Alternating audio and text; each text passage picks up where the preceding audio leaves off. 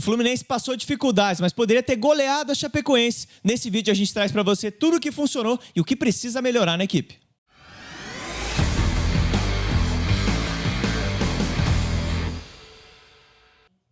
Fluminense 2, Chapecoense 1 no Maracanã. O Fluminense poderia ter goleado, mas teve muita dificuldade. Nesse vídeo, o William Borges vai trazer tudo o que funcionou e coisas que precisam ser melhoradas nesse time do Fluminense, que tem um elenco qualificado, mas não pode passar esse aperto, né, Will? Acho que o primeiro ponto é finalização. Já de antemão, acho que o goleiro da Chapecoense foi o melhor da partida. O Anderson pegou muita bola, o primeiro tempo foi muito importante. É um Fluminense que tem muito volume, que cria muitas chances, que se movimenta bastante, que tem troca de posições a todo momento. Essa imagem aqui, que eu vou fazer a abertura do vídeo, já fica muito claro como o Fluminense tem mobilidade nas peças. Só que, primeiro, para enfrentar... Essa imagem tá legal, tá? Já tá uma salada aqui. Tá salada, mas eu vou explicar. Fica tranquilo, Matheus. Mas é um Fluminense que perde muitos gols e tem partidas, por exemplo, na Libertadores que perdeu o gol e acaba complicando o jogo. E acho que foi o cenário de agora. Não conseguiu fazer o gol e o jogo foi se complicando, foi ficando mais nervoso. Tem uma substituição pontual que eu acho no intervalo, que é a entrada do Soteldo, que eu acho que é importante demais. Porque num jogo com um adversário com 10 caras lá atrás, você precisa de alguém para quebrar a linha. E com Serna e Canóbio são jogadores mais físicos, mas que não necessariamente vão para cima, vão pro drible. Acho que o Zubeldia foi muito bem nessa. O jogo ficou nervoso. Ficou complicado, o Enio achou um golaço ali, mas o Fluminense foi o dono do jogo a todo momento e eu acho que seria um absurdo se a Chapecoense consegue sair com o empate do Maracanã. Tô 100% com você. Sei que o torcedor do Fluminense tá meio chateado com o time aí, mas tá feliz com a WTV, porque a cobertura aqui é muito grande, a gente não deixa passar nada aqui do Fluminense, sempre dedicamos aqui muito do nosso tempo para fazer cobertura de jogos, de jogadores. Por isso, peço para você o seu like, que se inscreva no nosso canal, que comente aqui a sua opinião sobre essa partida e também sugira pra gente aí conteúdos, pra gente poder atender os pedidos de vocês também. E virando um membro do nosso canal, você pode concorrer a uma camisa oficial do Clube do Seu Coração em toda a virada de mês. Muito importante também essa troca que a gente faz aqui com vocês. Vamos falar dessa partida então, William Borges? Vamos lá, eu foco principal no ponto da mobilidade do Fluminense, troca de peças, da marcação extremamente fechada da Chapecoense e depois eu coloco também os lances de pressão que envolveram os 2 gols do segundo tempo. A gente observa, e isso não é uma regra, tá? Isso tem muita movimentação. Freitas pelo lado esquerdo, com o Gêmeos por dentro e o Hércules aberto pela direita. O Guga geralmente constrói como um volante. Quando o Guga está em campo, ele constrói muitas vezes por dentro. O Bernal nesse 3+1 com os defensores. O Arana pela esquerda. Repara o Serna vindo para dentro para abrir o corredor para o Arana. E a gente tem a dupla Savarino e Castilho que jogou mais por dentro. E o Canóbio vem dar amplitude pelo lado direito. Por quê? Porque o Guga geralmente constrói por dentro. Então é o Canóbio que abre o campo para você conseguir mover as peças para você conseguir abrir uma defesa fechada. Conforme a imagem for abrindo, a gente vai observar também a troca de peças entre Guga e Canóbio, mas também a gente vai observar o adversário como estava bem fechado. 4 jogadores contra 2, você não tem tanto espaço. E aqui é uma questão de uma jogada errada, tá? Porque o Fluminense às vezes abusou dos cruzamentos em cenários que você tinha muito mais situação do adversário.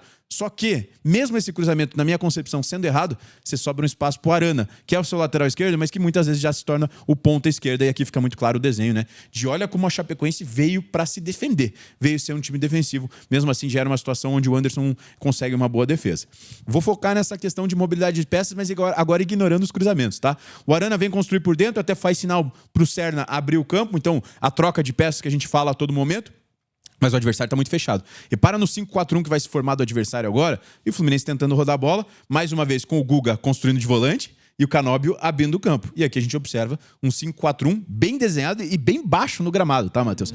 E o Fluminense ia ter que balançar, rodar, se movimentar para tentar abrir espaço. E aqui a gente vê como a Chapecoense tem 3 jogadores para pegar Guga e Canóbio e superioridade na área. 4 contra 3 porque estava extremamente fechado. Não ia te oferecer perigo? Não ia. Mas ao mesmo tempo ia ser muito difícil de entrar. A movimentação do Guga já balança uma defesa. E aqui o Castilho vai muito bem na movimentação, tá? Você tem 5 jogadores da Chapecoense. Olha como o Castilho sai da referência, dá passos atrás e consegue ficar livre para tentar finalizar. E o Anderson faz uma boa defesa. Joguinho de paciência, Matheus. Joguinho chato, tá? Joguinho que você...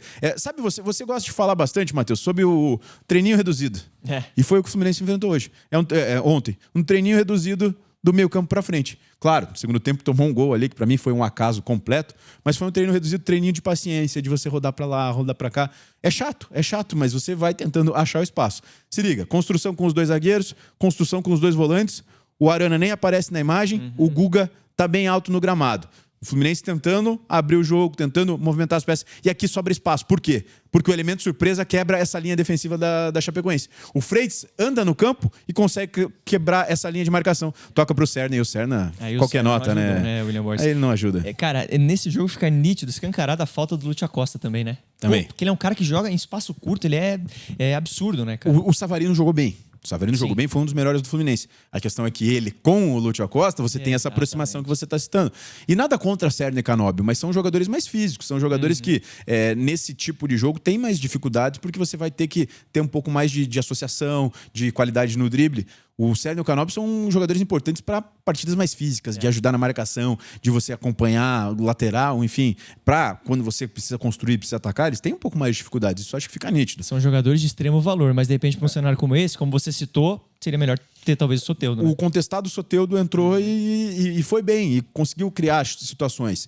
Mais uma vez, vamos pegar o gancho de que a Chapecoense deu um desencaixe na marcação. Linha de 5 bem desenhada, só que esse 5-4-1 está quebrado, porque o Giancarlo salta a linha. E isso gera espaço pelo lado esquerdo do campo para o Arana jogar. Mesmo assim, o Jean Carlos tenta descer na linha. Só que a gente já observa como a movimentação das peças abre um espaço. Primeiro que o Hércules sai da posição de volante e vem se tornar um homem à última linha. E como o Jean Carlos não tinha acompanhado aqui, o Everton, lateral direito, tem que saltar... O Marcos Vinícius, perdão. Tem que saltar para diminuir o espaço do Arana. O Arana consegue encontrar o passe no Hércules. Mais uma vez a gente vê uma Chapecoense bem fechada. Só que gente, né? essa movimentação gera espaço para 2 jogadores, para o Savarino e para o Castilho. Aí o Savarino vai tentar finalizar. Não finaliza tão bem. Mas olha como tá pecando na finalização. Mas jogada bem feita. O Hércules foi bem, né? Espaço Muito curto bem. Ele também. Ele girou, saiu da marcação. Chamou a marcação, né? Chamou a marcação, realmente. Esse é o tipo de movimento, elemento surpresa, né? Que pode ser a solucionar uma defesa realmente muito fechada como a da Chape. E geralmente tem que ser, né? Porque você tem que criar algum fator novo. E para nesse lance como mostra essa mobilidade. O Arana tá por dentro, o Guga tá por dentro, o Hércules tá atacando esse espaço, o Castilho tá saindo da referência para ajudar o Guga, o Canóbio tá abrindo para dar amplitude e o Cerna tá por dentro, sendo que o Savarino tá aberto ali também na posição de um ponta esquerda nesse lance. Olha como você tem uma troca de posições. Agora o Hércules sai de dentro, vem apoiar esse jogo. A gente observa uma Chapecoense bem fechada. Você com a análise, ela se baseia nas mesmas coisas. O Fluminense tentando se movimentar. Aqui você vê o Hércules, que estava no início da jogada aqui, vem ajudar na construção. O Bernal já ataca esse espaço deixado pelo Hércules. Você vai tentando rodar, vai tentando abrir espaço. E olha como a Chapecoense balança, tenta fechar o espaço. Aqui eu vou destacar o Bernal, tá? Olha como o Bernal já está mapeando esse campo e você tem 6 jogadores do Fluminense atacando essa linha. O Arana até vem ajudar na construção, mas você tem 6 jogadores na última linha da Chapecoense. Essa bola vai chegar no Bernal. Ele ergueu a cabeça uma vez, ele ergueu 2 que eu nem sinalizei, ele vai começar o jogo. Vai rodar até o Guga. E aqui você já está balançando a defesa adversária. Joguinho aproximado, de triangulação. O Castilho vai muito bem, tabela com o Guga, e aí você já bagunçou uma defesa. Tanto que você já tem 2 jogadores contra 2 aqui na última linha e você faz um zagueiro da Chapecoense saltar para diminuir o espaço do Canóbio. O Canóbio vai conseguir tirar o zagueiro e aí finaliza. E aqui eu destaco que ele tinha 2 situações, tá? O Arana e o Savarino aberto aqui, ele finalizou nas mãos do goleiro Anderson. Talvez mais uma vez. um pouquinho, né, ali. Mais uma vez. Ele poderia ter dado o passe, mas é que você estava naquela ânsia de fazer o gol com dificuldade. Construção. Ó o Bernal. Cabeça erguida mais uma vez. Olha como o Bernal ergue a cabeça muitas vezes. Eu mostro naquele lance mais uma vez. O tempo inteiro, antes de receber o passe, ele está olhando. Terceira olhada dele, até cansativo de tanto que ele olhou ali. Recebe esse passe, olha como ele consegue quebrar essa linha. Olha como ele consegue andar o Fluminense do campo, ser vertical com o passe. Acha as costas do volante do Fluminense. O Castilho, mais uma vez, vem bem para fazer essa referência. E olha como você já bagunçou a situação ali da defesa da Chapecoense. Mais uma defesa do Anderson. Essa análise é para falar do Fluminense, tá? Não para falar do Anderson, Matheus Santana, mas automaticamente tá no pacote. Primeiro tempo. Que atuação do Anderson, tá? Olha como eu só tô falando do primeiro tempo. E daí você termina 0-0. O Fluminense não conseguiu fazer um gol na Chapecoense no primeiro tempo. Olha o volume. Tá jogando mal. Não tava jogando mal. Não tava jogando mal. Muito volume. Não tava fazendo gol. Tava pecando na finalização. Isso eu acho que é indiscutível.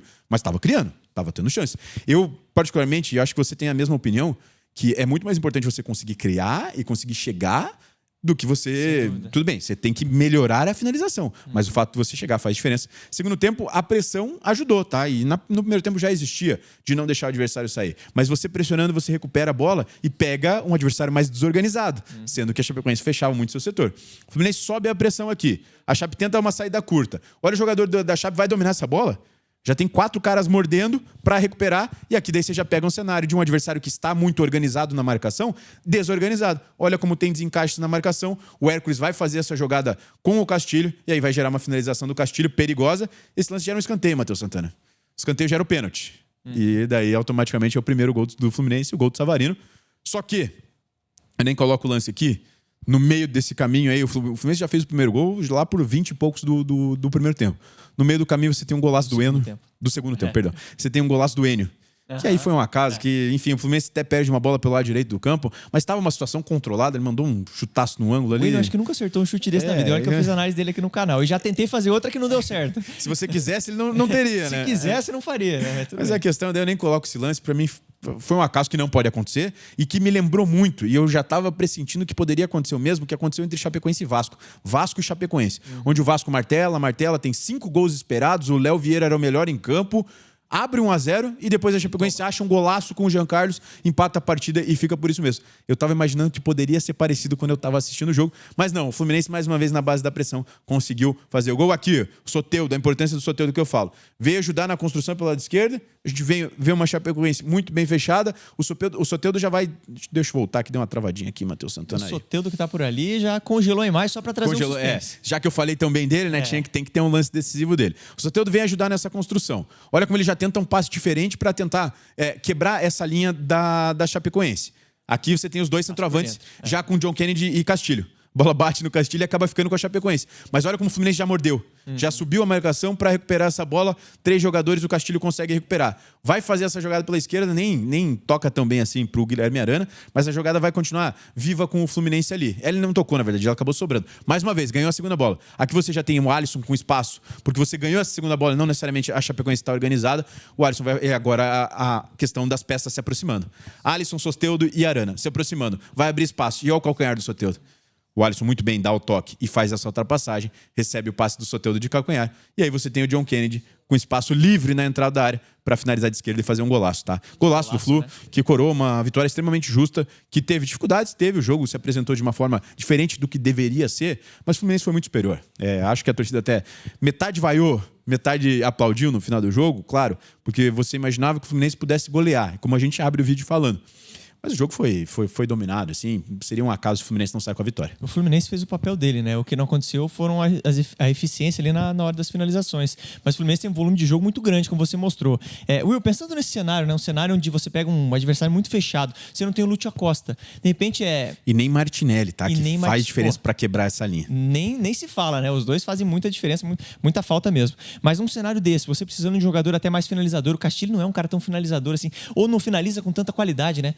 É importante você ter o John Kennedy, de repente ele teria que ter começado essa partida? Cara, eu acho que o Castilho fez uma boa partida e achei que ele foi móvel, tá? Eu entendo que o John Kennedy entrou, fez o gol da vitória, mas eu tenho umas críticas em relação ao Castilho que eu acho às vezes limitado com a bola. Mas eu acho que eu até no primeiro tempo trouxe alguns lances importantes dele. Boa parede, boa movimentação. De ele movimentando, só que ele não finaliza tão bem assim no pé, né? Acho que no jogo aéreo ele é bom na questão da finalização, mas eu não acho que foi errado, tá? Até porque é um jogo onde você tem um adversário mais fechado. Então, em determinado momento, você tem que fazer mais jogo aéreo. Você tem que cruzar mais na área. E o Castilho combina mais com o jogo aéreo do que o John Kennedy.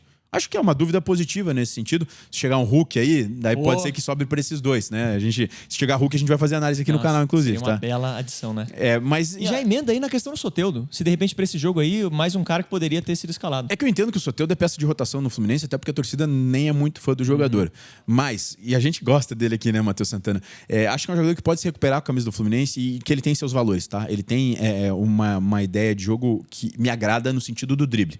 É um cara que vai ser comprometido na marcação, não tem nem comparação com o Cerny Canóbio na marcação, mas é um cara com cenários como esse, que você precisa ir para cima, quebrar o adversário num drible, dar um calcanhar pro Alisson, que vai gerar uma situação de cruzamento. Acho que o Soteldo é importante, tem que ser avaliado, claro, muito também porque você não tinha a Costa, você tinha uma opção a menos, mas tem que ser avaliado principalmente para essas partidas. Excelente. Torcedor do Fluminense, o que você achou dessa partida, essa vitória sofrida, suada contra a equipe da Chapecoense? O que você faria diferente? O que faltou para a equipe? Deixa aqui nos comentários. Também peço para você que deixe seu like, é muito importante. Se inscreva no nosso canal e virando membro, você concorre a uma camisa oficial do Clube do Seu Coração em toda virada de mês. Muito importante esse apoio de vocês também. Um abraço e até o próximo vídeo.